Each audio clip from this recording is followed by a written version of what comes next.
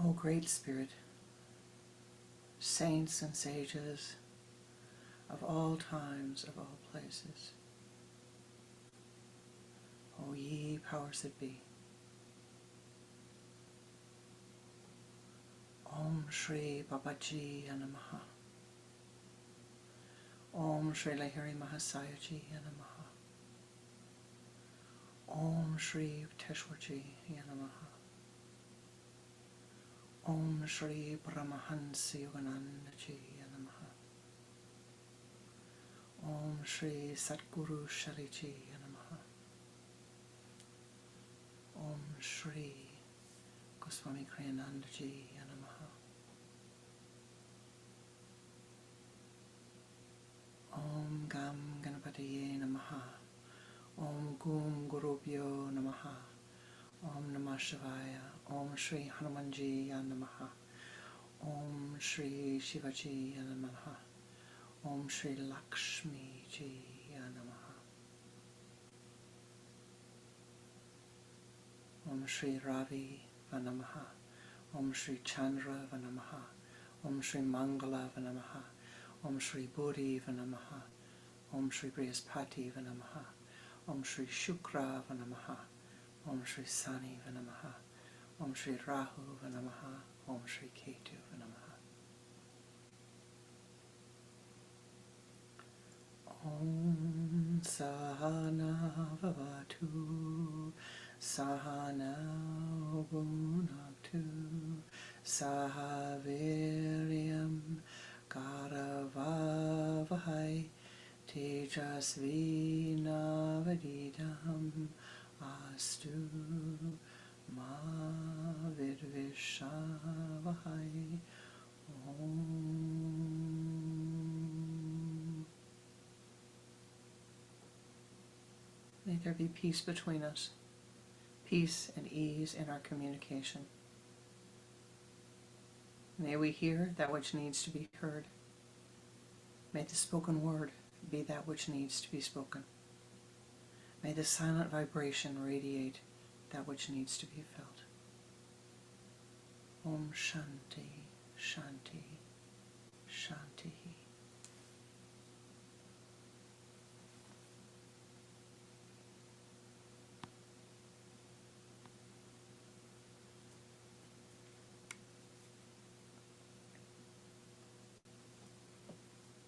Namaste, Namaste. Welcome.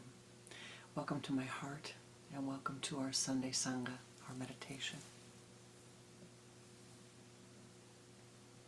Take a deep breath and relax.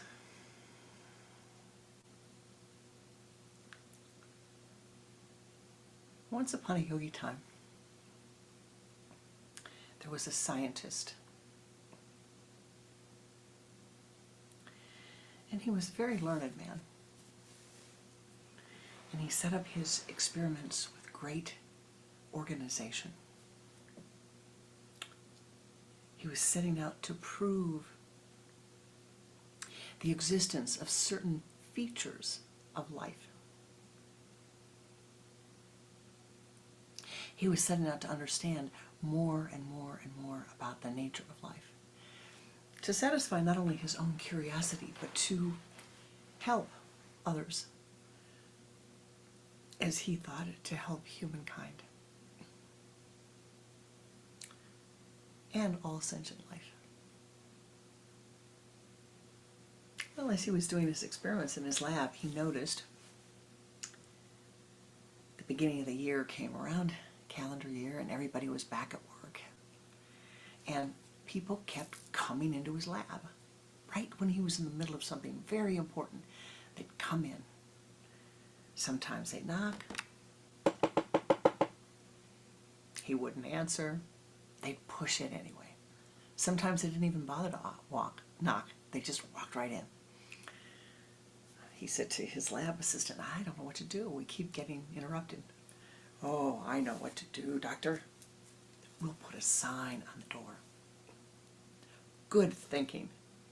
They put a sign up that says, private. Oh, an hour goes by, nobody's coming in.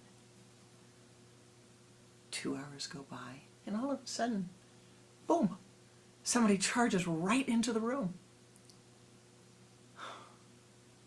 Yes? Hey, look, I need to talk to you about, not even hello, sir. Hey, look, I need to talk to you about this.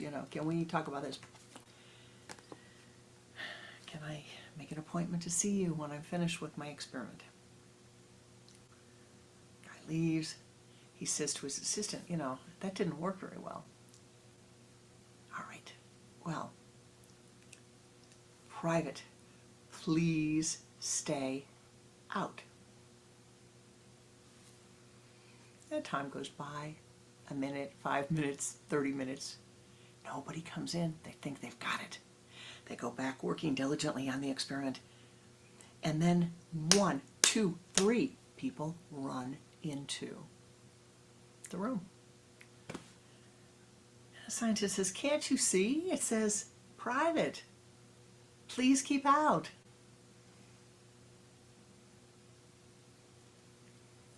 They leave. He says to his assistant, we got to do something else. This isn't working. Okay, private, please keep out. Experiment in process. Put that on the door. Then, a few minutes later, before you know it, they hadn't even taken a breath. 1, 2, 3, 4, 5, 6 people, one after the other, come into the room. And the scientist says, I don't understand. It says, private, please keep out. Experiment in process. I wanted to see you. I needed to see you. This was important. What I had to say is important. So, okay, this is it. This is it. I've had enough. We're going to get this right this time. So what do? They put a sign up. It says, private, please keep out. Experiment in process. This means you. Put it up on the door. And not even 30 seconds goes by. They haven't even gotten back to the lab tables. And in rushes the scientist's administrative assistant. Didn't you see the sign? It says private. It says please keep out. It says experiment in process. It says this means you. And his admin says, I didn't think you meant me. I thought you meant all of the others. What I need to see you about is very important. I didn't think you meant me.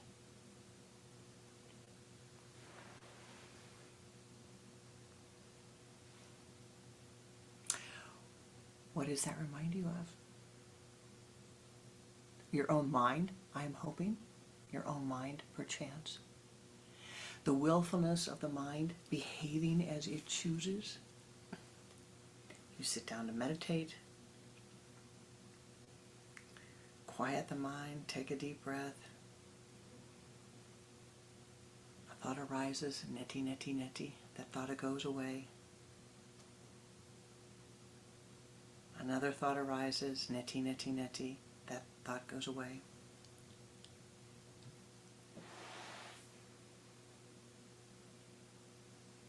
The third thought arises, neti, neti, neti. Neti, neti, neti. Neti, neti, neti. And the thought stays there. And you say, neti, neti, neti. And the thought says, I didn't think you meant me. I'm important. I'm important. You know I'm important. You have to stick with me, buddy, or your whole life will go down the drain. Who will you be without me? What will you be without me? The thought says. And you keep trying again. Neti, neti, neti, neti, neti, neti. Om shanti, shanti, shanti. And the thought is there. They will all go away, but not me.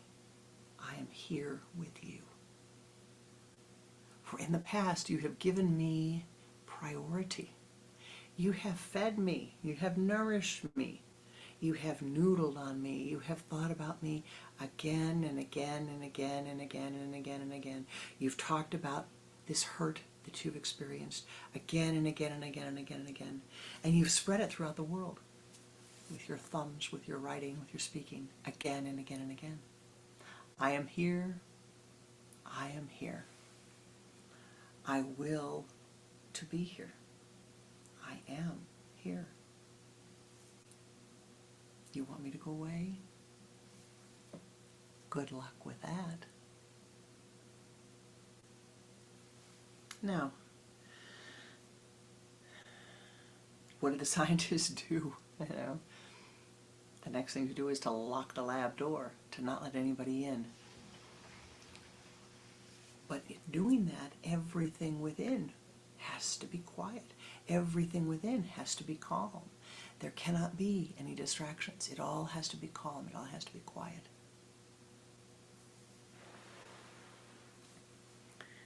And then what happens? The scientist is within the lab with his lab assistant or her lab assistant. Quiet, calm. Self-doubt arises.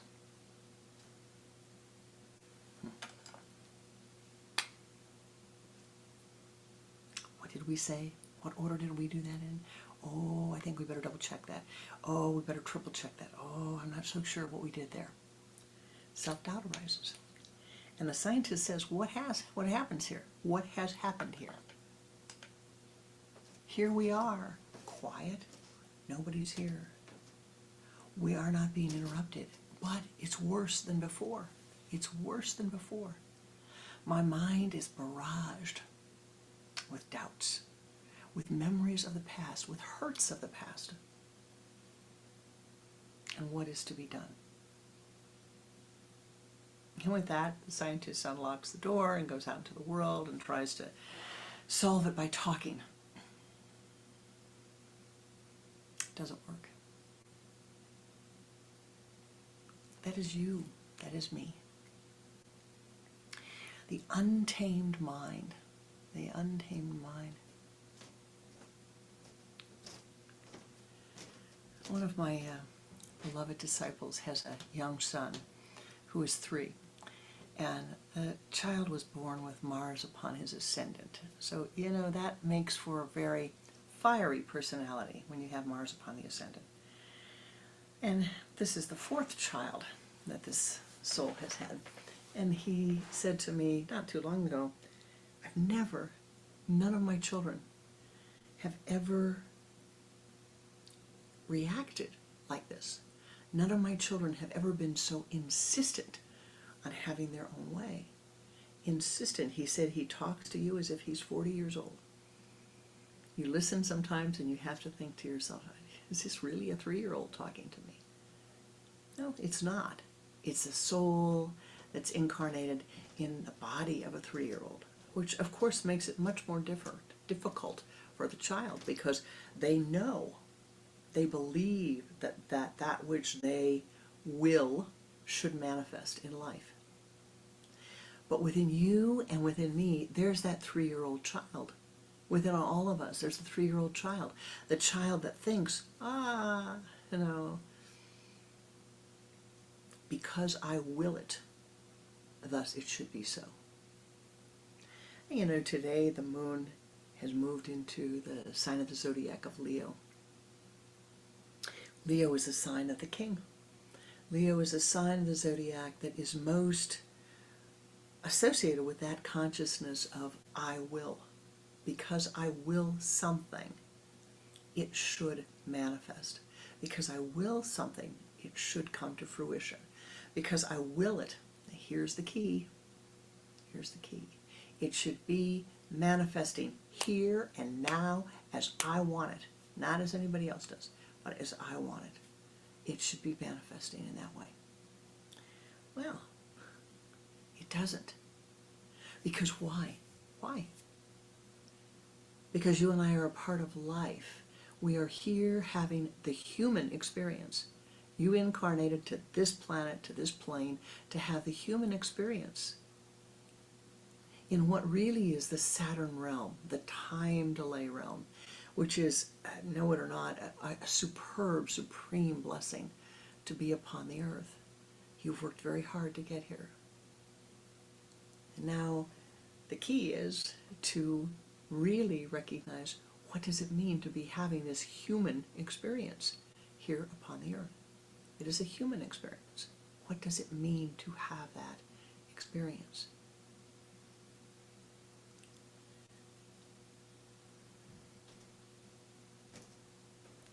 It means that one must look at earth, at your earth life, at life here upon this earth, as the grounds for your sadhana, as the grounds for your enlightenment, as the grounds for your spiritual discipline.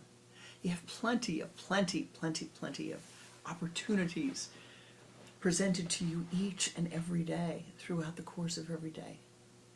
You know, your body makes a lot of demands on you. You know, the body wants to be warm, it wants to be cool, it wants to be clean, it wants to be comfortable, it wants to sit in a comfortable chair, it wants to have, you know, clothes that it likes on it.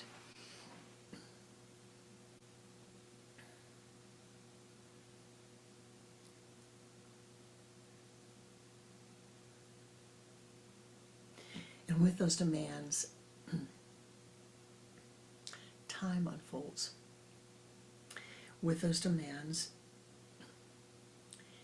you start spending earth energy, earth prana, time after time after time, again and again and again. You start spending that prana, your precious earth prana. On what? Most of the time, and this is not a criticism, it is a statement about the state of the human mind, not necessarily yours, but you have one. And that is that it is chaotic. It jumps from here to here to here to here. It's worse than a monkey. If you go to India, in Mysore in India, there's a hill called the Chamundi Hill. And you go to the top of the hill and looks out, beautiful, beautiful view. There's a beautiful Nandi bowl at the top, a shrine to Lord Shiva. But there's monkeys running wild all over the place up there. And you find this in various places in India, certainly in the Hanuman temples you find it, but this place is particularly interesting because you don't really, or I didn't the first time I was there, didn't expect it. You know, I don't come from an environment in where monkeys just kind of are hanging around. And so, you know, walking up the hill, it looks like a normal, small village. It could be anywhere. Nice little houses. And you get to almost the top, and all of a sudden there's just chatter, chatter, chatter, chatter, chatter, you know, like a kind of a buzzing sound. That's more like it. Get a little further up and you see the first monkey coming up to race to see, do you have anything for it? Do you have anything for it? You know, you bring offerings up there, so do you have anything? It runs away when you don't. Then there's a second monkey, then there's a third monkey. And by the time you get to the top of the hill, it's quite disconcerting, I would say. The monkeys come from all directions, and they're chattering, and they're talking to you, and they're here and there, and they're here and there. And you don't know what they're going to do. It's just like the mind. You don't know what the chattering mind is going to do. You don't know what the chattering monkeys are going to do. And it's disconcerting. And the mind says, oh, you know, what do I do? What do I do? Well, whatever you do, don't give them something to eat. No, I know there's a vendor over there selling bananas, but no, don't get the bananas. Don't give them something to eat. It won't satisfy them. They will come and they will chatter and they will leave just a nanosecond. You know how long it takes a monkey to eat a banana? Not very long. Really not very long. And what will they do when you've given in to them? Why, they come back again and again and again. They want more, they want more, they want more. It's incessant. They want more. Now, here's the problem.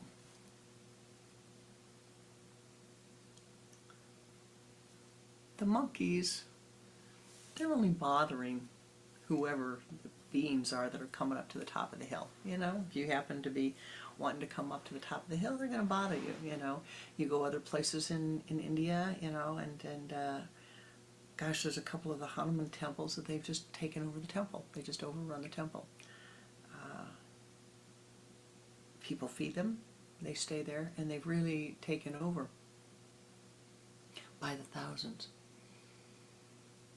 And I don't think that's an exaggeration. At least it felt like it was by the thousands.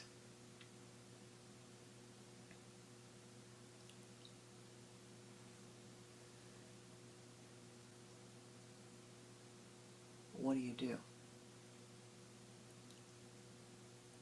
You want to get into the temple. You want to get to the top of the mountain. You want to get to the top of Mount Meru. You want to get inside the temple. Right? What is to be done?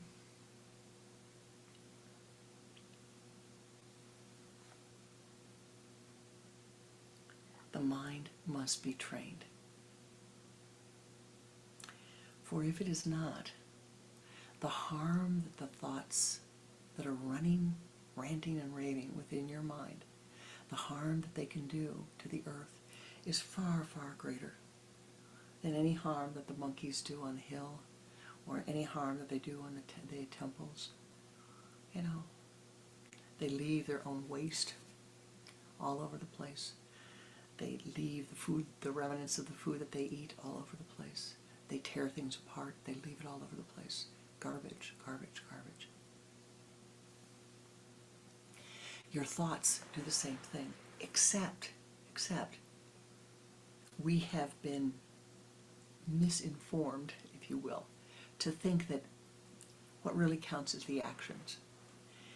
And we think that the thoughts have no power. Oh, wow, no. The most powerful are the thoughts, and then the words, and then the actions.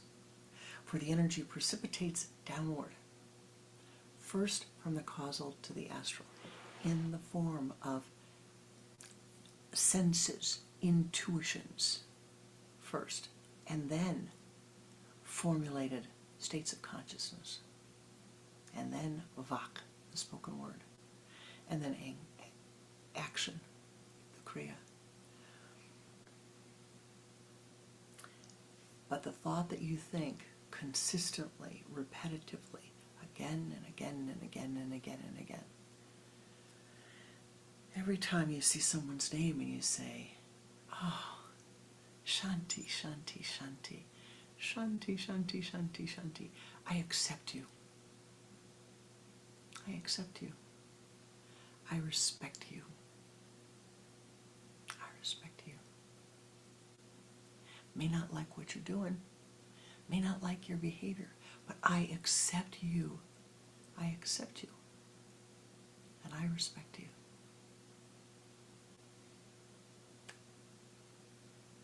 Or every time you repeat the same thing, you say, you son of a gun, you son of a gun, you son of a gun. Over and over and over, you son of a gun, you son of a gun, you son of a gun. Ah, well, guess what happens? They become a son of a gun. That's what happens. You're stirring the pot with your mind. So you have a choice. Calm the mind. Train the mind. Discipline the mind.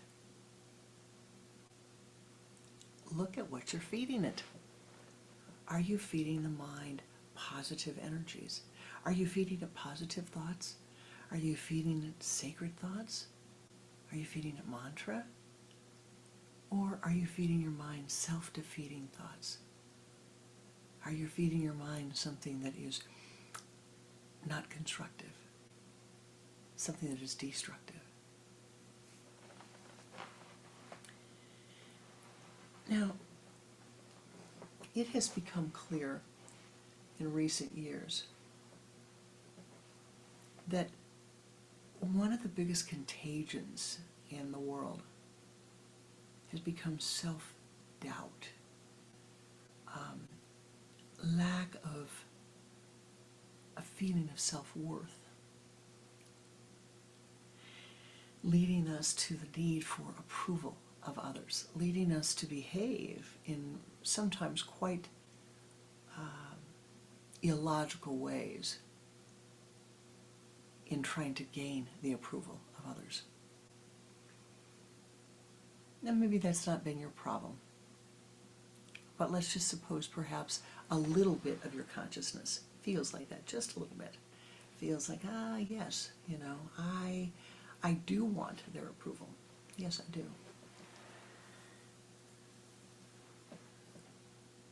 Well,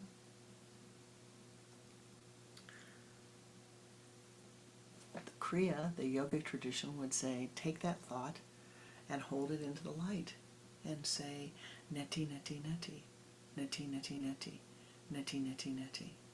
I am not this thought. I'm not the thought thinking this thought. I'm not thought. For whose approval do I need ultimately? Whose approval do you need ultimately? Who knows what's best for your life ultimately? You. You and you alone know what's best for your life. Now, you may think that's arrogant, but it is your life. You are an adult. I don't see anybody here who's 5 or 6 years old. You have lived a long time, and you've made choices all the way along the way. Now, the difficulty is that sometimes one of those choices can lead to problems along the way. They can lead to your stumbling, they can lead to illness, they can lead to many, many different types of illness, let's just say that. Many challenges, many rocks along the path.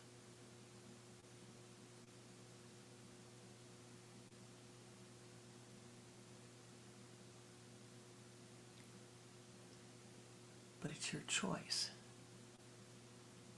It's your choice as to how you react to that, what you do to make your choices as you walk. The laws of karma are the laws of cause and effect.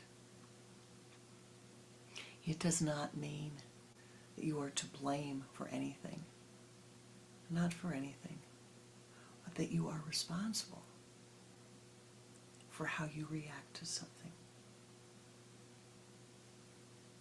Period. You are responsible for it.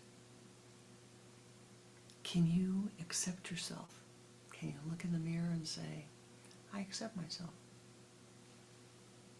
I may not like this particular thing, or I may not feel comfortable with that particular thing, but I accept this being, this spirit, this soul that I am. Now, what do I need to do to refine it, to make it better, to make my awareness more complete, to make my life more joy-filled? What do I need to do? Well, the first is to go back to the beginning.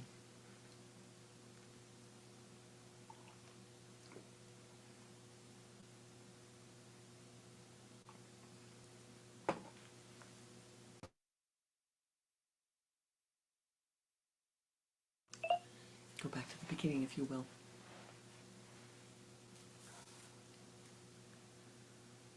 And reflect upon a little bit the people who kept breaking into the lab, who kept walking into the lab, the people who one after the other said, I didn't think you were talking about me. I didn't think you were talking about me. I didn't think you were talking about me. You didn't mean me, did you? That thought, it can't apply to me. I'm not part of this, has been the cause of some, over the millennia, the cause of very, very serious karmic consequences for many people. People end up in prison because they go to another country and they think, oh, they didn't mean me. Oh, they can't be talking about me. I can do this. I could do it here. Why can't I do it here? Now, I think this is it is, in everything that I was taught, have been taught by my guru, this is one of the most vitally important. Along the spiritual path, we need to know what is appropriate to do in a given circumstance. And we always need to recognize that there are some times that what you could do in one place you cannot do in another. You know, you go into an Indian home and you're expected to take your shoes off. You go into a Japanese home, you're expected to take your shoes off. You come into my home, I hope you take your shoes off. But it doesn't mean you will. It is considered really the height of rudeness in many places in the world to go into a home with your shoes on. And yet there are other places, you walk in, if you started to take your shoes off, that is considered rude. Showing your naked feet or your feet clothed in socks is an intimate thing and is considered rude to do in another person's presence, unless you really know them, considered rude. Now, you know, what do? You go to a home, in your home everybody wears their shoes in and out of the house. Or maybe they change into inside shoes. And you go to somebody else's home and you know they want you to take your shoes off. And you say, well, I don't take my shoes off. I can't take my shoes off. I don't do that. You, with your insistence on being right, in that circumstance, create conflict between you and the other. Big, big, big conflict. Now, I'm not just talking about when you go take your shoes off, whether you take your shoes off or not. I'm not talking about how you put your chopsticks down or how you use your knife and fork, or whether you slurp your soup or sip your soup, or bow, or salute. I'm talking about deeper, more important things. Your thoughts. Your thoughts. The thoughts that lead you to believe that what you can do in any one time, in any one place, that you can do in every other time, in every other place. You can go into your family, and this was really a interesting experience for me many, many decades ago. I come from a family where people hug, you know, and it is just, and parts of my family, they just really, they're very effusive with their hugs, very warm with their hugs. But my husband's family is not like that.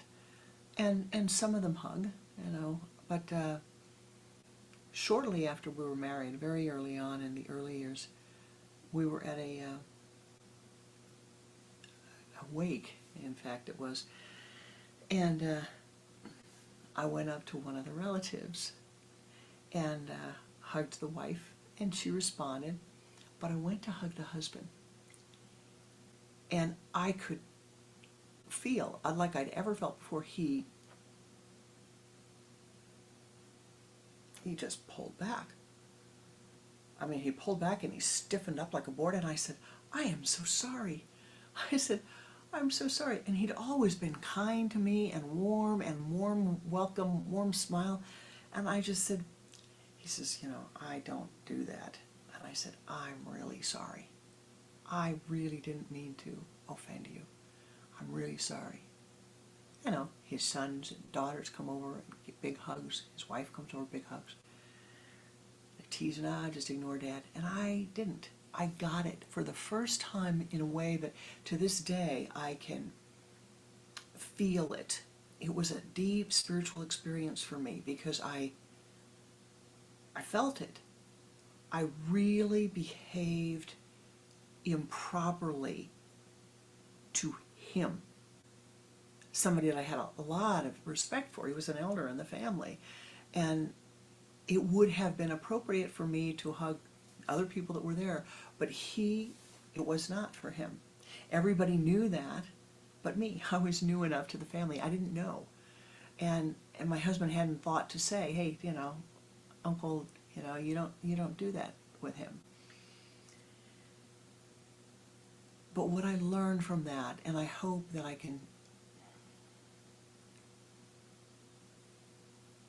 give you the essence of it today, just the essence of the feeling state of it.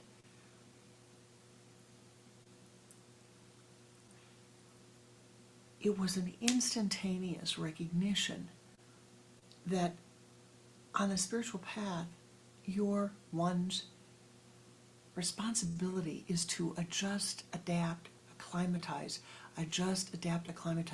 to the environment that you're in, to the others in the environment that you're in, to make them comfortable, not to make yourself comfortable. Well, I always hug people, so, you don't like it, too bad. No. And I have seen, since that time, I have seen members of my extended family with that attitude. You don't feel like a hug today? Well, too bad, you're going to get it. No. That's not. And the hugging is only a representation of what we do when we try to impose our opinions and our will upon others. The problems we have in the world are because people want to impose their will on somebody who wants to do something else. And so, from the beginning, what I've been trying to say, we're going to go to meditation in a moment, what I've been trying to say to you is, we have two problems. Two problems. And it, in many ways, it comes down to the one, and that is walking around the world thinking that whatever the rules of life are, they don't apply to me. And I would like to close with, before we go into meditation, I'd like to close with a very special story.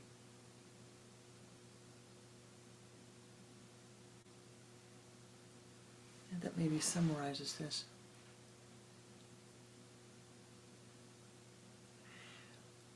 But the essence of what I'm trying to say to you is that your mind is untamed by its nature, and it needs to be retamed. It needs to be tamed. And when it is disciplined, gently, repeatedly, it will give in. It will support you. It will support your practice. It will say, all right, she really does want this. She really does want to meditate. She really does want this. He really does want this. Yes, I'll be quiet. But when you feed that mind a lot of I will, I want, now, my way, the mind loves it. And it just becomes more and more chaotic. And your life is filled with chaos. You've allowed the busyness to eat your time, to eat your life, to take it. Let go of that. Sup upon the sweetness of life. Sup upon nature. Sup upon the breath. Sup upon the beauty. Turn inward. See the beauty of life. And take those thoughts and transform them. The negative thoughts, take them and transform them. For you and I, we must be one with the laws of karma. Even the enlightened soul is not above the laws of karma. Even the enlightened soul is one with the laws of karma. Remember that so that you know. If you see the Queen, as I was told when I was 5 years old in French finishing school and learning how to do the proper things, you need to know how to curtsy.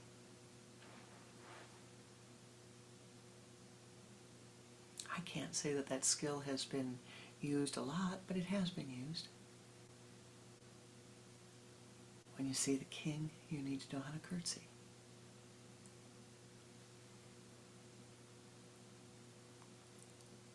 If you're a man, you need to know how to bow. But knowing how to curtsy and how to bow, it's more than the physical activity. It's the state of consciousness that says, I respect you. I respect you. I accept you. I accept you, and I respect you. You can respect and accept all sentient life. You do not have to like how they behave. You do not have to put up with behavior that is unkind or cruel. But you can accept that they are the way they are, and they're doing the best that they can. And then you will be able to accept yourself. And that is everything.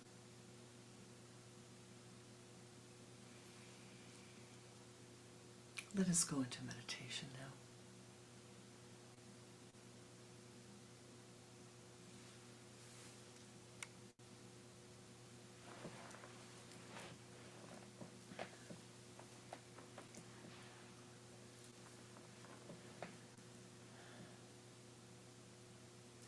Sitting with your spine erect, your hands placed in the Om Mudra. Turn your head to the left, exhaling twice. Bring the head to the center. Begin to watch the breath. Inhaling with a sipping breath. Draw the energy from the limbs to the trunk.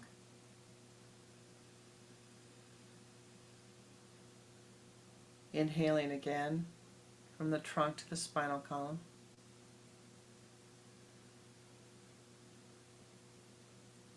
Inhaling a third time, the base of the spine to the sun center.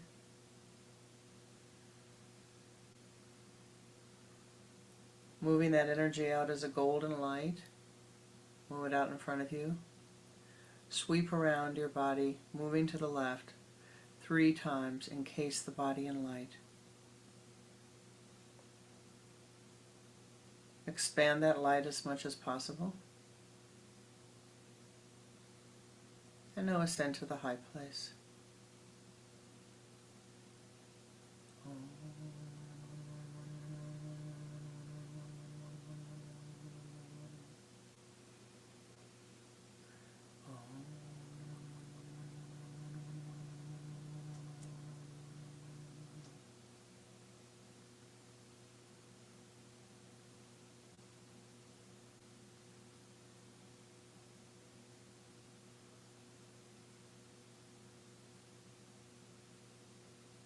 Reaching the high place. Sit in meditation.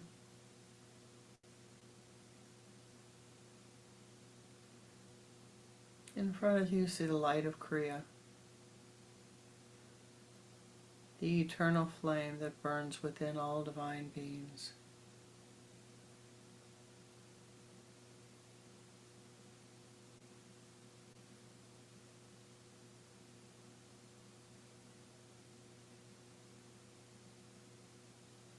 In your mind's eye at this moment,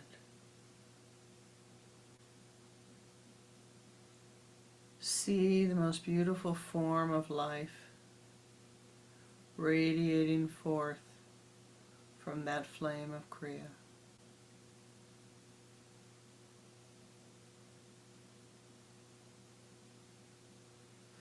An object of beauty arises in front of your mind's eye. the most beautiful object of beauty to you at this moment.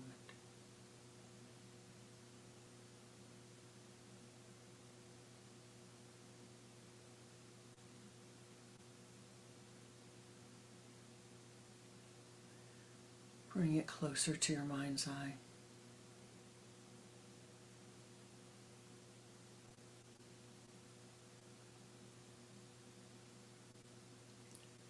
Sharpen your mind.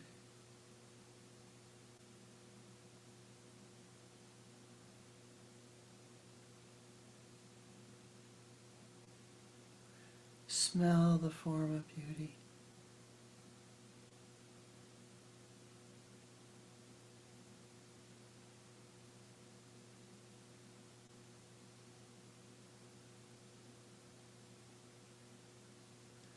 Touch the form of beauty.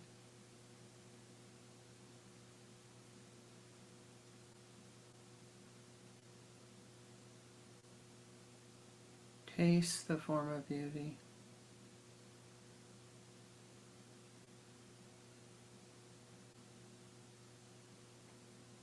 Breathe in the form of beauty.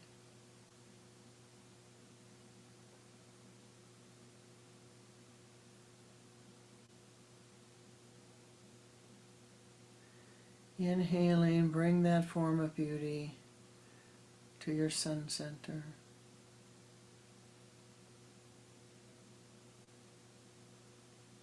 Move it over your spinal column.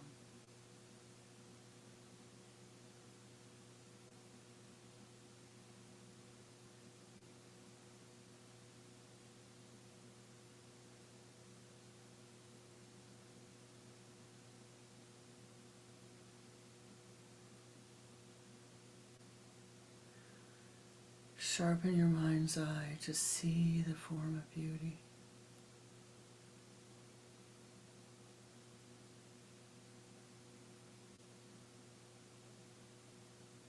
Now see it beginning to dissolve down your spine as golden light. The object dissolving as golden light.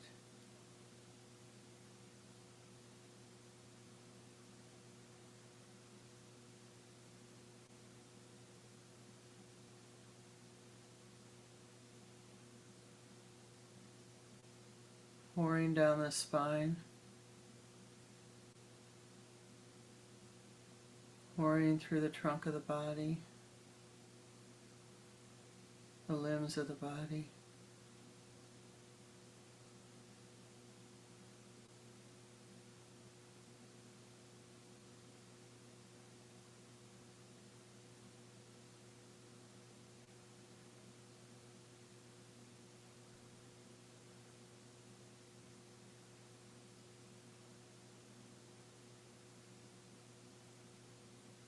Feel the beauty filling every cell of your being.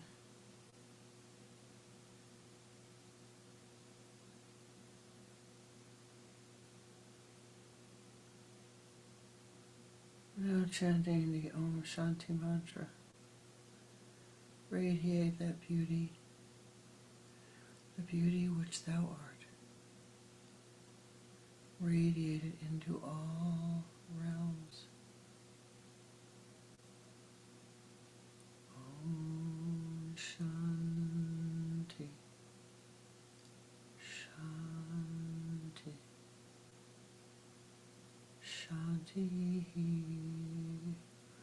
Om Shanti, Shanti, Shanti. Om Shanti, Shanti, Shanti.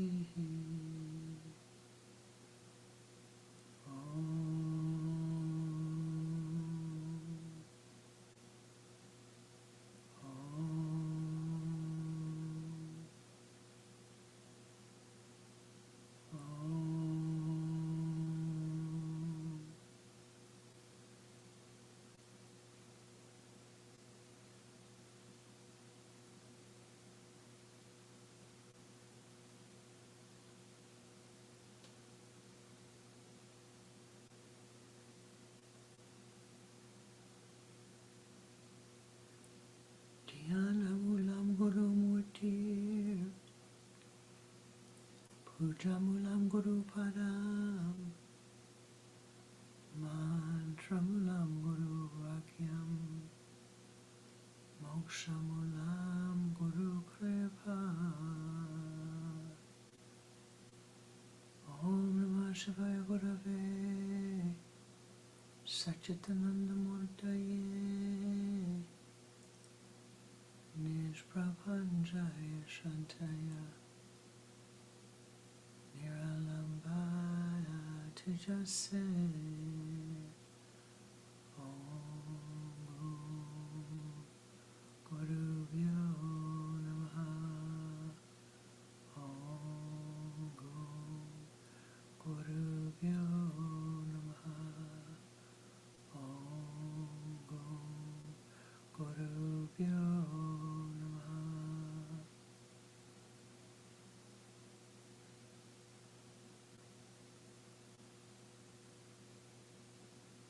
Feel the golden dewdrops of Ananda pouring forth, drenching every cell of your being with their presence.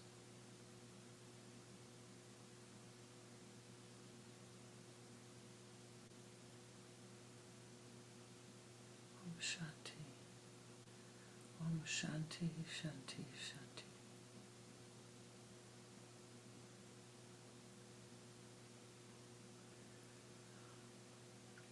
Namaste.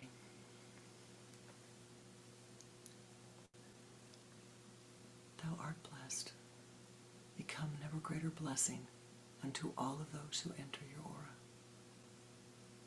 Your thoughts become heavy, transform them, lift them. If you stumbled upon a rock, move it out of the way.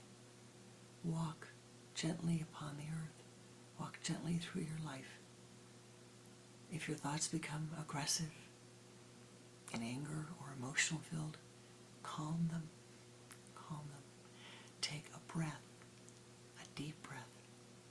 Be blessed. Your time here, our time here is precious.